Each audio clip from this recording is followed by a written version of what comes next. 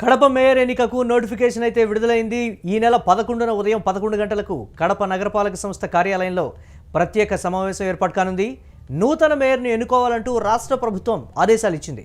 ఇక మేయర్ సురేష్ బాబుపై అనర్హత వేటు వేయడంతో ఇన్ఛార్జ్ మేయర్గా కొనసాగుతున్నారు ముంతాజ్. ఇక కడపలో మొత్తం 50 వార్డులు ఉన్నాయి. దీనిపై మరిన్ని అప్డేట్స్ మా కరెస్పాండెంట్ కిరణ్ అందిస్తారు. కిరణ్, ఈ నెల 11న ఉదయం 11 గంటలకు కీలకమైనటువంటి సమావేశం కడప మేయర్ ఎన్నికకు సంబంధించి అప్డేట్స్ ఏంటి, ఎలా ఉండబోతోంది?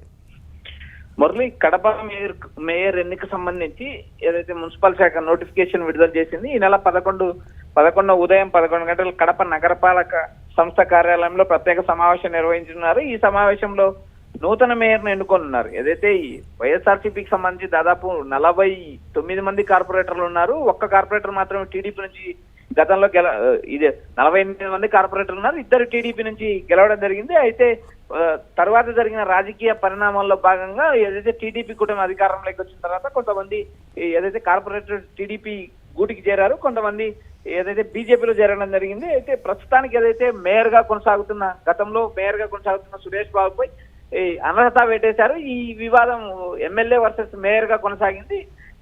ఏదైతే తనకు మేయర్ కౌన్సిల్ కార్యాలయంలో తనకు సీట్ ఇవ్వలేదని, నీ సీట్ ఏదైతే లేకుండా చేస్తానంటూ మేయర్ సురేష్ బాబు, గతంలో ఉన్న మేయర్ సురేష్ బాబుకు సవాల్ విధించిన మాధవరెడ్డి చివరికి ఎట్టకేలకి మేయర్ పదవి నుంచి సురేష్ బాబును అల్టిమేట్ గా అనర్హత వేట ఇచ్చారు, తొలగించడం జరిగింది.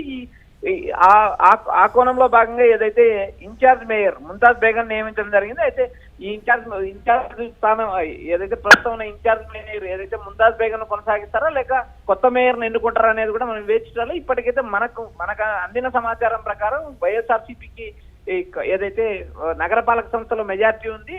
అయితే రాబోయే రోజుల్లో ఏదైతే 11వ తేదీ వరకు సమయం ఉంది కాబట్టి అటు ఇటు ఏమైనా జంపింగ్లు జరుగుతాయా లేదా వైఎస్ఆర్సీపీని మేయర్ పీఠం నిలబెట్టుకుంటుందా అనేది కూడా మనం వేచి చూడాలి. అయితే కడపలో మొత్తం 50 కార్పొరేటర్ స్థానాలు ఉన్నాయి. అందులో 2 స్థానాలు మాత్రం టీడీపీ గెలిచింది. కేవలం వైఎస్ఆర్సీపీ 48 స్థానాలు గెలిచింది.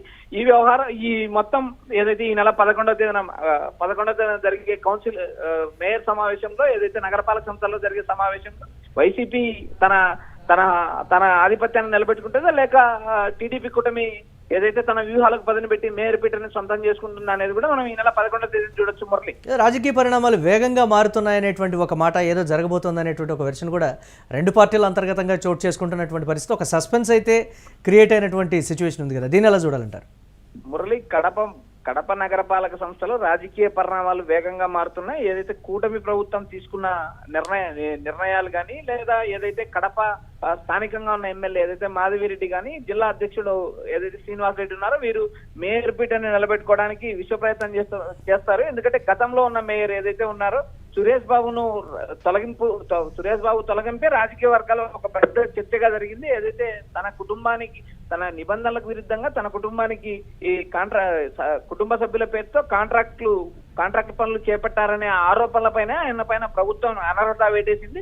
అయితే ఏదైతే అనర్హత వేటేశారో దాని అంతకుముందే విజిలెన్స్ ఎంక్వైరీ జరిగింది. విజిలెన్స్ ఎంక్వైరీలో కూడా సురేష్ బాబు కుటుంబ సభ్యులకు కాంట్రాక్ట్లు ఇచ్చారు అనేది నిరూపితమైంది. కాబట్టి ఆయన మేయర్ పదవిని అధికారికంగా తొలగించారు. అయితే ఈ వ్యవహారం పైన ఆయన కోర్టులో సవాల్ చేశారు. కోర్టులో తనకు ఏదైతే అనుకూలంగా తీర్పు రావడంతో కొద్ది రోజులు మేయర్ గా ఆయన కొనసాగడం జరిగింది.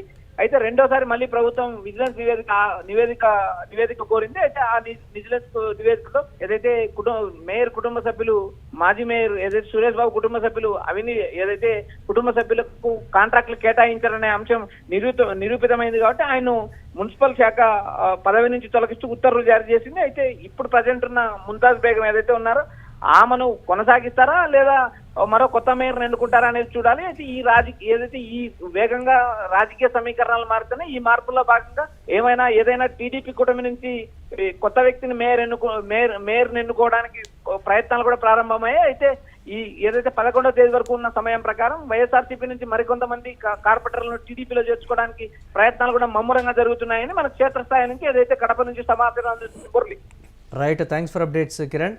కడప మేయర్ ఎన్నికకైతే నోటిఫికేషన్ విడుదలైంది. నెల 11న ఉదయం 11 గంటలకు కడప నగరపాలక సంస్థ కార్యాలయంలో ప్రత్యేక సమావేశం అయితే ఉండబోతోంది. నూతన మేయర్ని ఎన్నుకోవాలంటూ కూడా రాష్ట్ర ప్రభుత్వం ఇప్పటికే ఆదేశాలు ఇచ్చినటువంటి పరిస్థితి ఉంది. మేయర్ సురేష్ బాబుపై అనర్హత వేటు వేయడంతో ఇన్ఛార్జ్ మేయర్గా కొనసాగుతూ ఉన్నారు ముంతాజ్. కడపలో మొత్తం 50 వార్డులు ఉన్నాయి.